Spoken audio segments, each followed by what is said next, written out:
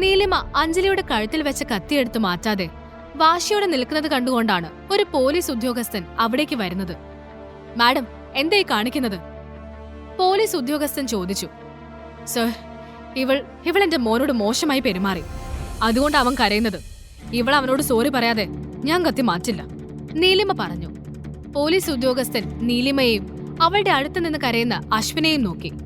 അപ്പോൾ അഞ്ജലി പറഞ്ഞു, അയ്യോ സർ, ഇവള് നുണയാ പറയുന്നത്. ഞാനൊന്നും ചെയ്തില്ല. ഇവളെ ഇങ്ങോട്ട് വന്ന് വഴക്കിട്ടത്. എടോ, അവളോട് സംസാരിച്ച് നിൽക്കാതെ അറസ്റ്റ് ചെയ്തുകൊണ്ട് പോവാൻ നോക്ക്, അഞ്ജലി പറഞ്ഞു.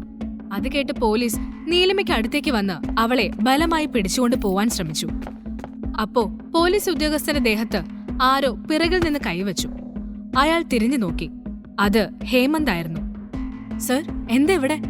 ഹേമന്തിനെ കണ്ട ഉടനെ പോലീസ് ഉദ്യോഗസ്ഥൻ സദാശിവൻ ഭവ്യതയോട് ചോദിച്ചു.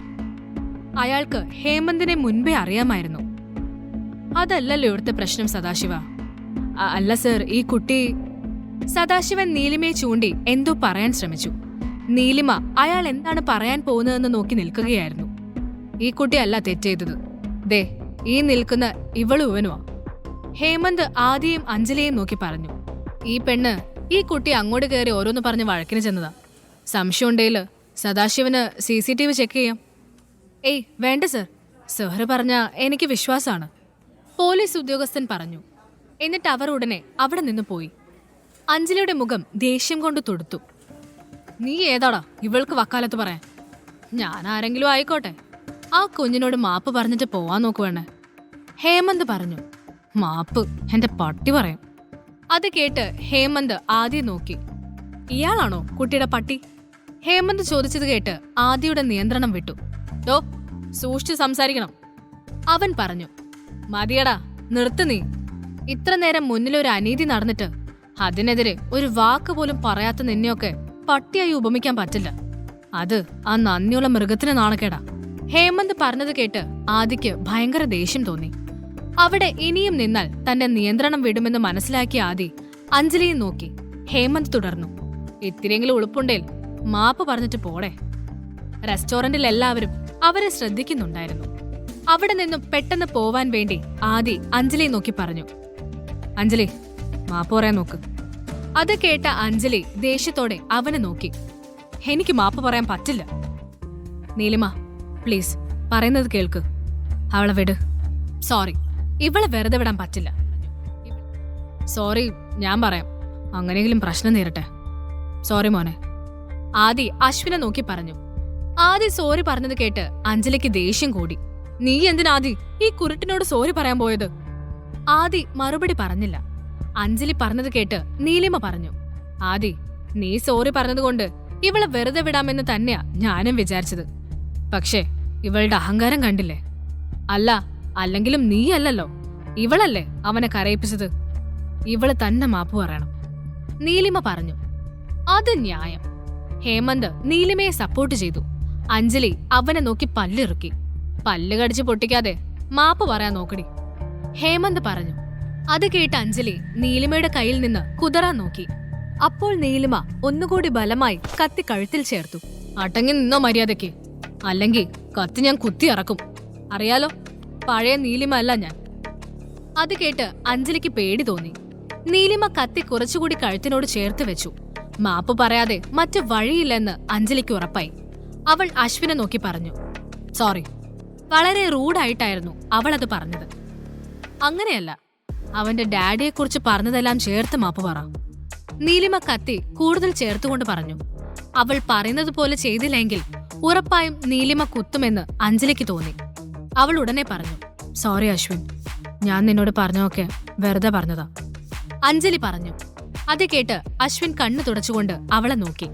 നീലിമ അതോടെ അവളുടെ കഴുത്തിൽ വെച്ചിരുന്ന കത്തി മാറ്റി. അഞ്ജലിയും ആദിയും ഉടനെ അവിടെ നിന്നും പോയി. അപ്പോൾ നീലിമ താങ്ക്സ് പറയാനായി ഹേമന്തിനെ തിരക്കി. പക്ഷേ അവൻ അപ്പോഴേക്കും അവിടെ നിന്ന് പോയിരുന്നു. റിസപ്ഷനിൽ അന്വേഷിച്ചപ്പോൾ ഹേമന്ത് മുകളിലെ VIP കോർണറിലുണ്ടെന്ന് നീലിമയ്ക്ക് മനസ്സിലായി. അവൾ അശ്വിനെയും കൂട്ടി അവിടേക്ക് നടന്നു. ഹേമന്ത് തന്നെ സഹായിക്കാൻ വന്ന ആളാണ്. നന്ദി പറയാതെ പോകുന്നത് മര്യാദയല്ല. നീലിമ മുകളിലേക്ക് കയറി. അപ്പോൾ VIP കോർണറിൽ സിദ്ധാർത്ഥ് ഇരിപ്പുണ്ടായിരുന്നു. ഇയാളെന്ത് ഇവിടെ? നീലിമ സ്വയം ചോദിച്ചു. സിദ്ധാർത്ഥിന്റെ അടുത്ത് തന്നെ ഹേമന്തും ഇരിക്കുന്നുണ്ടായിരുന്നു. അവനെ കണ്ട നീലിമ ഹേമന്തിനെ നോക്കി പറഞ്ഞു, താങ്ക്സ്, നിങ്ങളെ ഹെൽപ്പ് ചെയ്തതിന്. നീലിമ പറഞ്ഞത് കേട്ട് ഹേമന്ത് അവളെ നോക്കി പുഞ്ചിരിച്ചു. ഇതിനൊക്കെ എന്തിനാ താങ്ക്സ്? അപ്പോഴാണ് അശ്വിൻ സിദ്ധാർത്ഥിനെ ശ്രദ്ധിക്കുന്നത്. അവൻ ഉടനെ ഓടി സിദ്ധാർത്ഥിന്റെ അടുത്തേക്ക് ചെന്നു. നീലിമയ്ക്ക് അവനെ തടയാൻ കഴിഞ്ഞില്ല. സിദ്ധാർത്ഥിനെ ചെന്ന് കെട്ടിപ്പിടിച്ച് അശ്വിൻ വിളിച്ചു, ഡാഡി. സിദ്ധാർത്ഥ് മറുപടി പറയാതെ നീലിമയെ നോക്കി. നീലിമ അത് കണ്ട് അശ്വിനെ ചെന്നെടുക്കാൻ ശ്രമിച്ചു. പക്ഷേ അവൻ അതിന് സമ്മതിക്കാതെ സിദ്ധാർത്ഥിനെ കൂടുതൽ മുറുക്കെ കെട്ടിപ്പിടിച്ചു നിന്നു. ഇതെല്ലാം കണ്ടു നിൽക്കുകയായിരുന്നു ഹേമന്ത്. അവന് ഒന്നും മനസ്സിലായില്ല. അശ്വിൻ ഡാഡി എന്ന് വിളിച്ചിട്ടും സിദ്ധാർത്ഥ് അവനെ തട്ടി മാറ്റാനൊന്നും ശ്രമിക്കുന്നില്ല എന്നതിലാണ് ഹേമന്തിന് കൂടുതൽ ആശ്ചര്യം.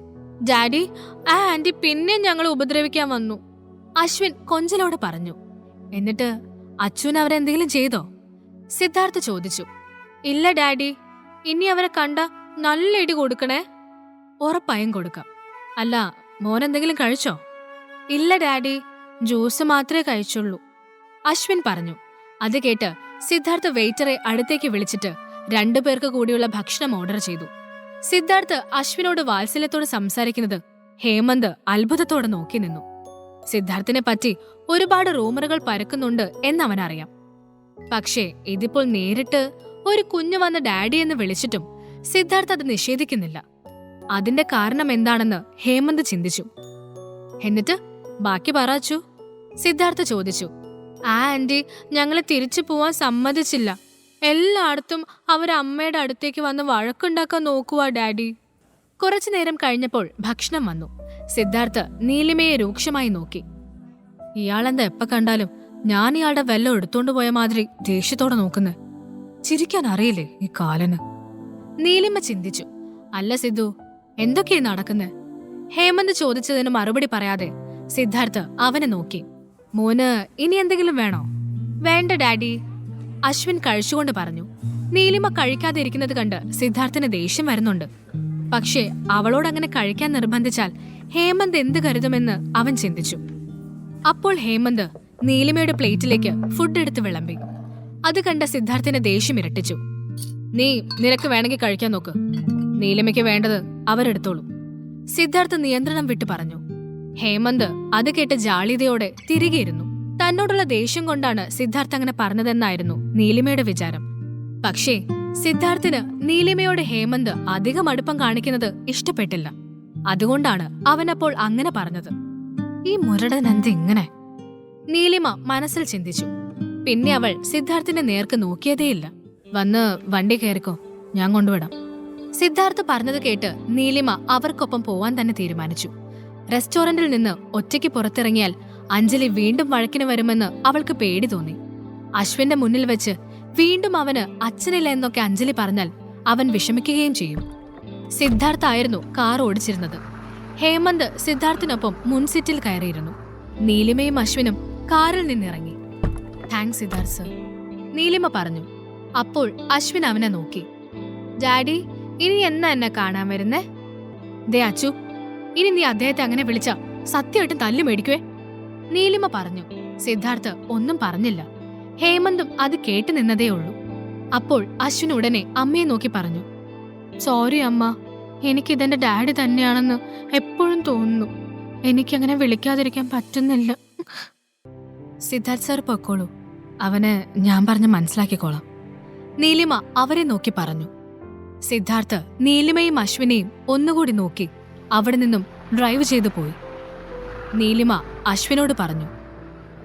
അച്ചു, ആ മനുഷ്യൻ വലിയൊരാളാ. നമ്മളിപ്പോ തന്നെ ഒരുപാട് ബുദ്ധിമുട്ടിച്ചു കഴിഞ്ഞു. ഇനി അങ്ങനെ കാണിക്കരുത് കേട്ടോ. അശ്വിൻ കരച്ചിൽ നിർത്തി തല കുലുക്കി. മിടുക്കൻ, അമ്മയുടെ അച്ചു അല്ലേലും നല്ല കുട്ടിയാ, നീലിമ കുഞ്ഞിനെ ഉമ്മ വെച്ചുകൊണ്ട് പറഞ്ഞു. അശ്വിൻ അവളെ നോക്കി കണ്ണു തുടച്ച് ചിരിച്ചു. അപ്പോൾ അവരുടെ വീടിന് മുന്നിൽ ഒരാൾ നിൽപ്പുണ്ടായിരുന്നു.